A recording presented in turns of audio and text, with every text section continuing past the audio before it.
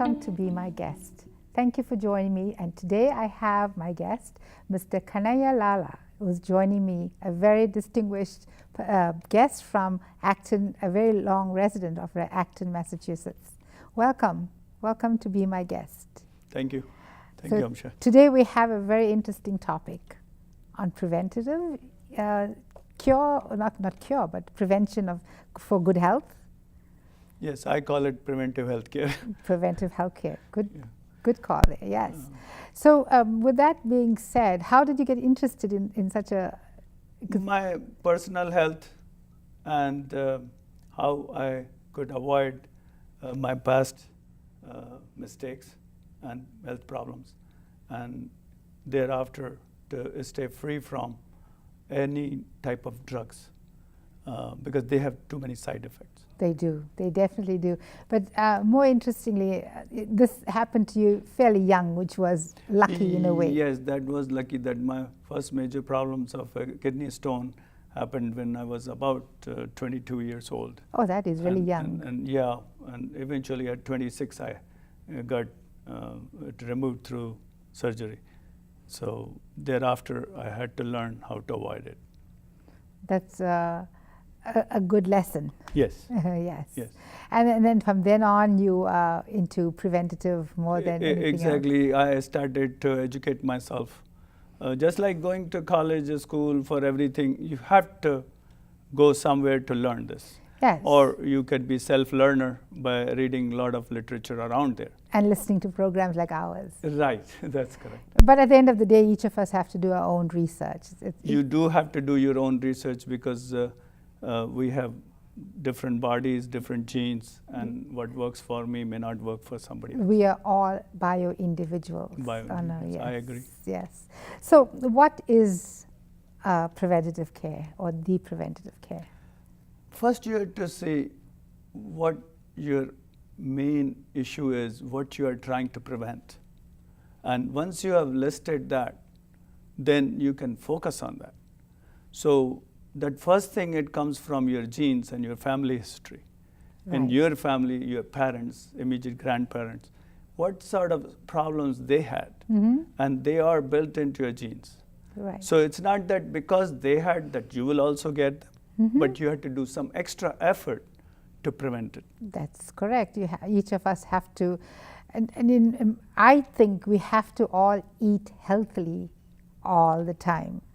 That's true. And focus on these things, and don't feel like my grandfather had this bad genes, I'm definitely going to be having it. Yes, you are going to. Exactly. That's what I try to do here, that once you have established this list of all those diseases which happen in your family, then you can work one-on-one basis and see why those diseases happen and what foods you have to avoid. That's the most important thing, that what you do not want to eat and drink, rather than the list of what you want to eat and drink.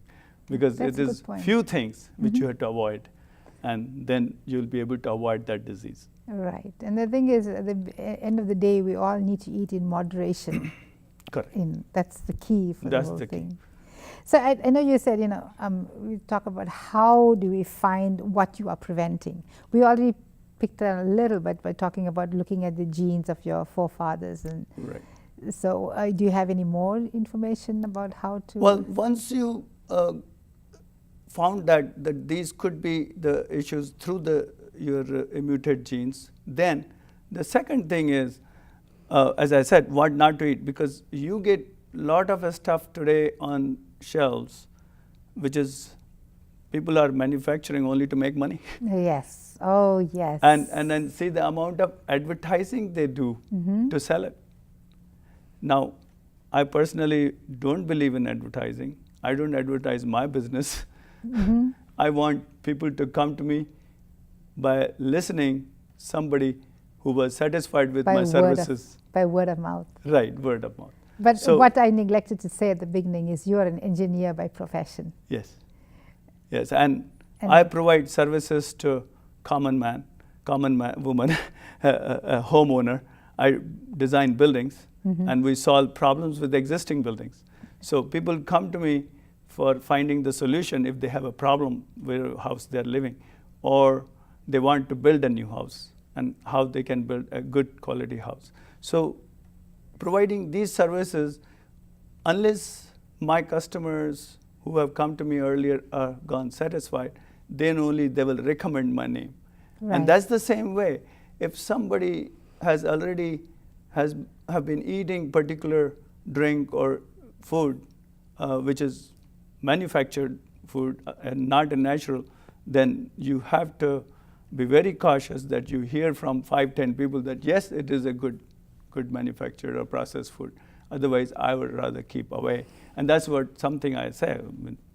Try to stay with as many natural foods and fruits as possible. Whole foods, whole fruits. Because these things nature has produced. Yes. And my whole philosophy comes from naturopathy and laws of nature. Mm-hmm. We are part of the nature. And nature has created all type of foods for us. Oh, yes. And not only foods, but some of these foods are a treatment. Mm-hmm. Oh, to yes. what is going wrong within your body. So I eat my food like a medicine. Mm-hmm. I don't eat food to fill up myself, my hunger. That I can do by just drinking water. No. You need to have your nutrients. You can't just drink water, yes. So now that good, we can go to that topic, that when it comes to nutrients, it's not necessary that you get nutrients from the solid food or drinks. You can get it from solar energy. Mm-hmm. The sun. The sun. Yes. And that's why. Vitamin D. Yes. Well, we only think it is vitamin D. Mm-hmm. But look at the plants. Yes. They get everything. The chlorophyll and yes. Right. So the photosynthesis which is going on in the plants, it's going on in our body too. When we get the sun rays through our eyes, Mm-hmm. eyes are extension of our brain. Mm-hmm. Brain can synthesize that solar energy into any deficiency we have. So just by drinking water, taking fresh air, Mm-hmm. And watching the sun. and sun gazing every morning, every evening, or both or one of the two. Yeah. Just about 5 to 15 minutes every day, you start your morning. The limit is 2 hours. Today, Weather Channel gives you the sunrise, which is basically on a beach over an ocean. But at our homes, sun doesn't come up at that time because of the trees. So as soon as you can see the sun above the tree line, that's the right time to do sun gazing. Well, some people may argue with all the negative things with sun, getting That's why we sunburn have the time limit of first 2 hours and last 2 hours is the only good time where the ultraviolet index is below 2. Right. That's And that important. is also shown on the Weather Channel every day. When it says low, that means it is below 2.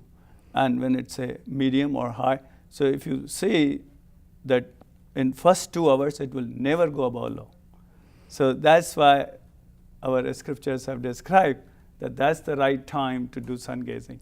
You get up in the morning and you do your sun gazing, you do your yoga exercises, and then you're ready for your busy day. Your Surya Namaskar, that is Surya all Namaskar. your stretching. That is just one of the yoga asanas we do, the which sun has got salutations. practically affects your every joint.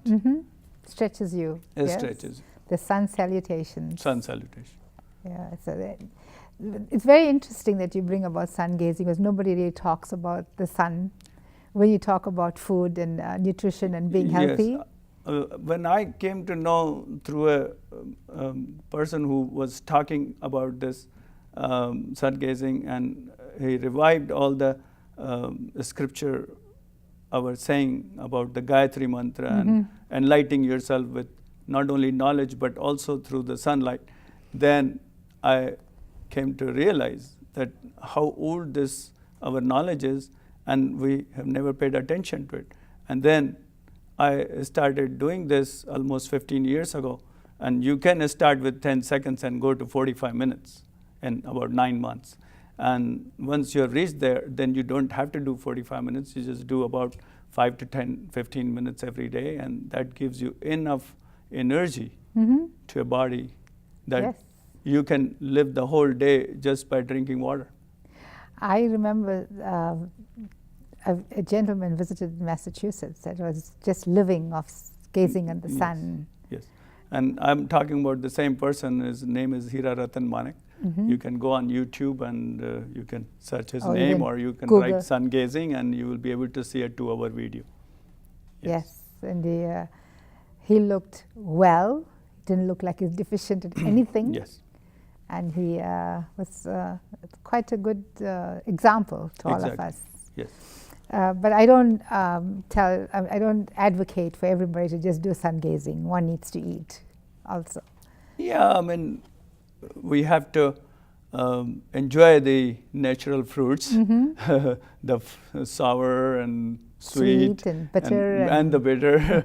All kind of these fruits are so tasteful. The nature has done, and they're full of minerals and vitamins, and they keep you very healthy. Yes. So that's the best way to avoid any health issues, which basically come from these processed foods and eating wrong foods. So how, again, getting back to, I asked about how do you know, how do you find out about preventing different diseases? But now we can also get to know how we know what not to eat and not to drink. I know we spoke about processed foods. Yes.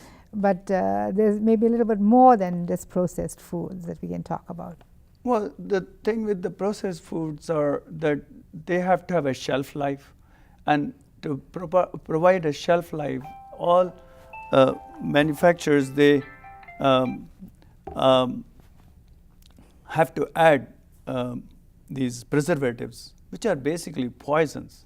They kill the ability of cells to divide, what is the biodegradation is, and by putting that poison in to provide the shelf life, you are actually eating that poison.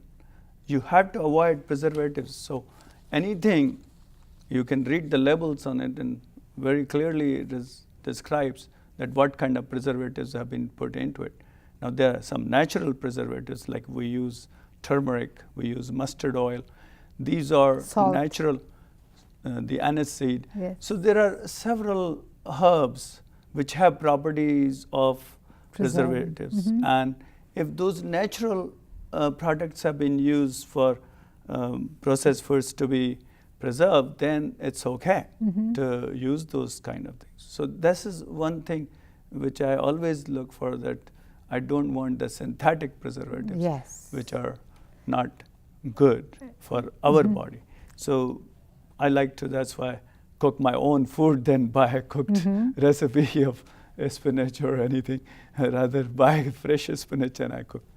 Yeah, we're talking about kidney stones. We spoke about spinach earlier on. Exactly. People say you shouldn't be eating Yeah. spinach because of the oxalates. Right. But you had a very good explanation for that. So good you brought that out. But the thing I learned after my kidney stone was removed, that how to in future avoid formation of a stone is to eat acidic food.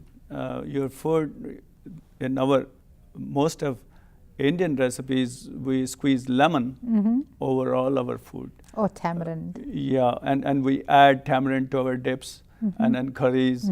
So most of our foods, when we eat, they're full of acid.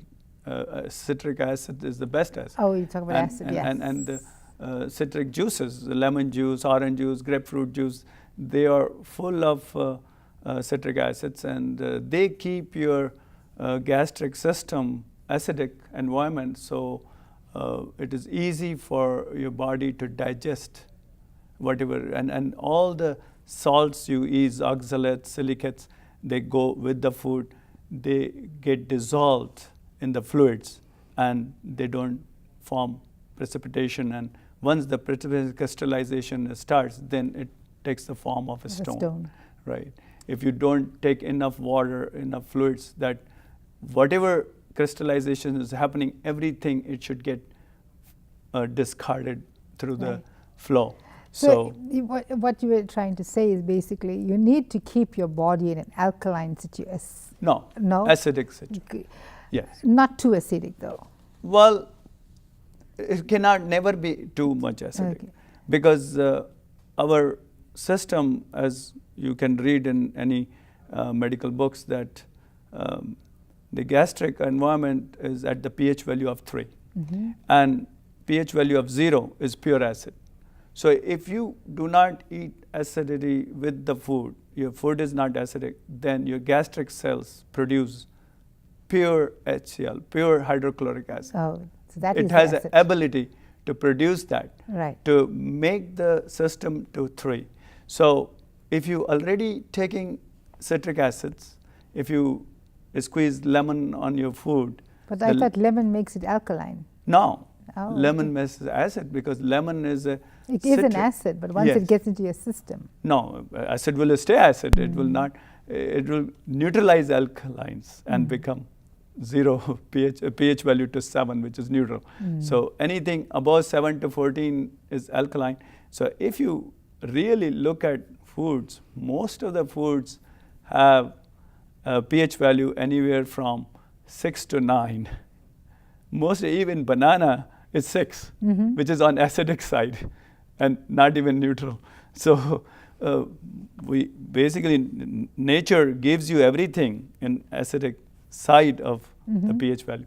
But overall, when you have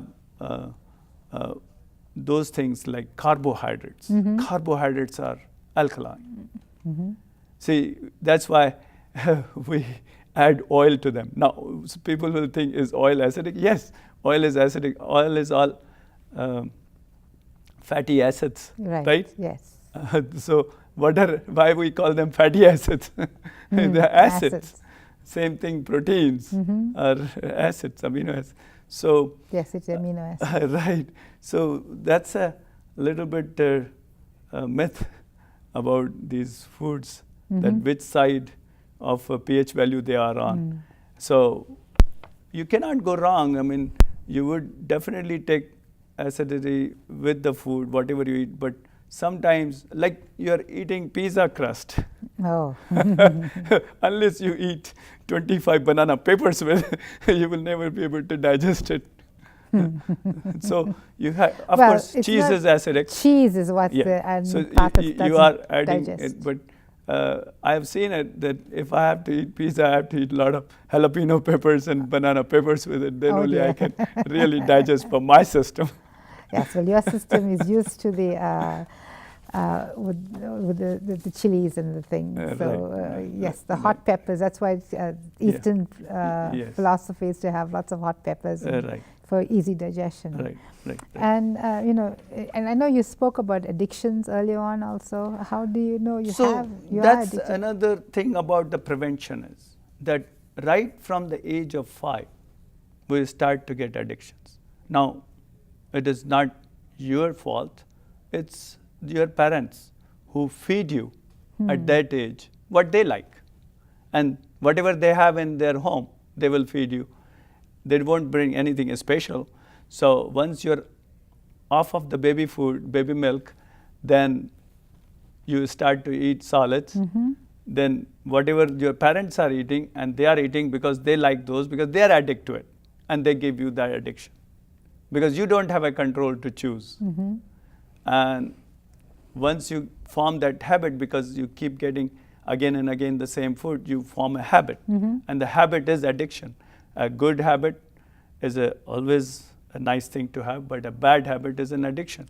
And addiction is so powerful that you would, in your subconscious mind, that is where the addiction is, your subconscious mind.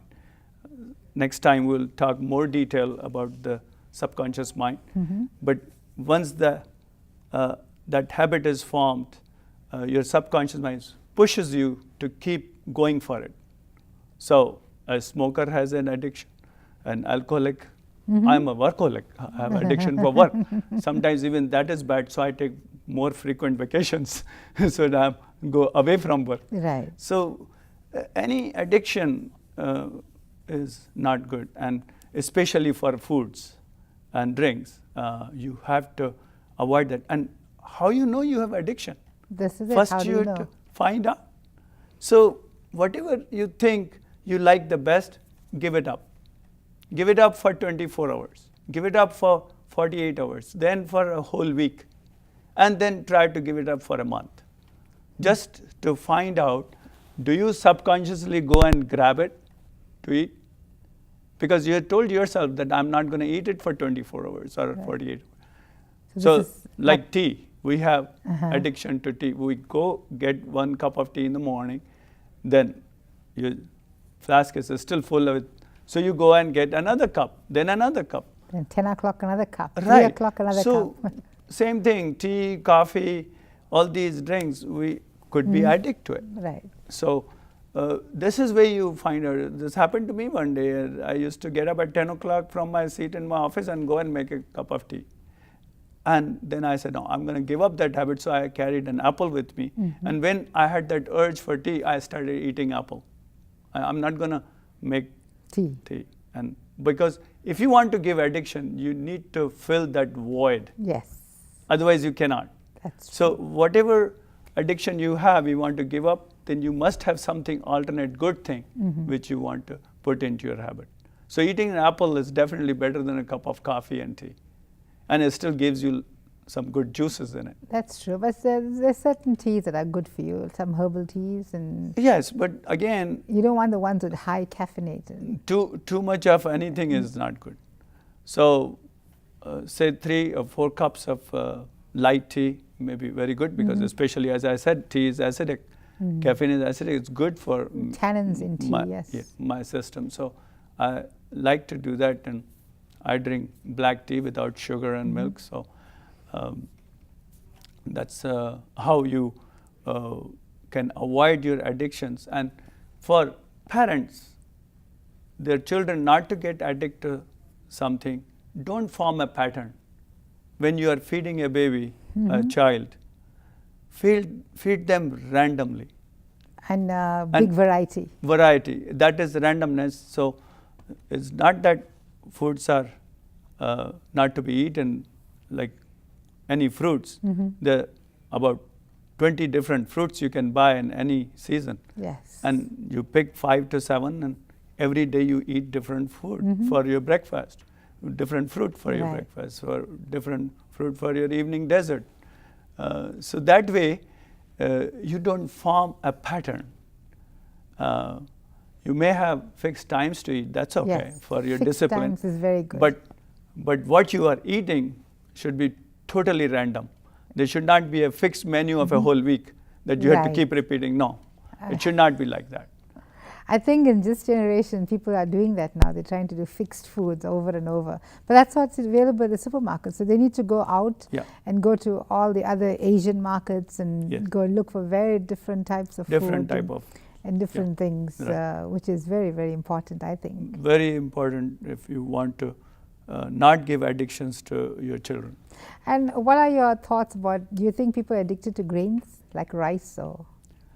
Well, the carbohydrates, whether it is through rice or wheat or millets, or there's so many, or corn, they all have different minerals in it. So I personally find corn is very good because it is very rich in calcium, and it's very good for your bones. And this is a very common disease, is osteoporosis. Yes.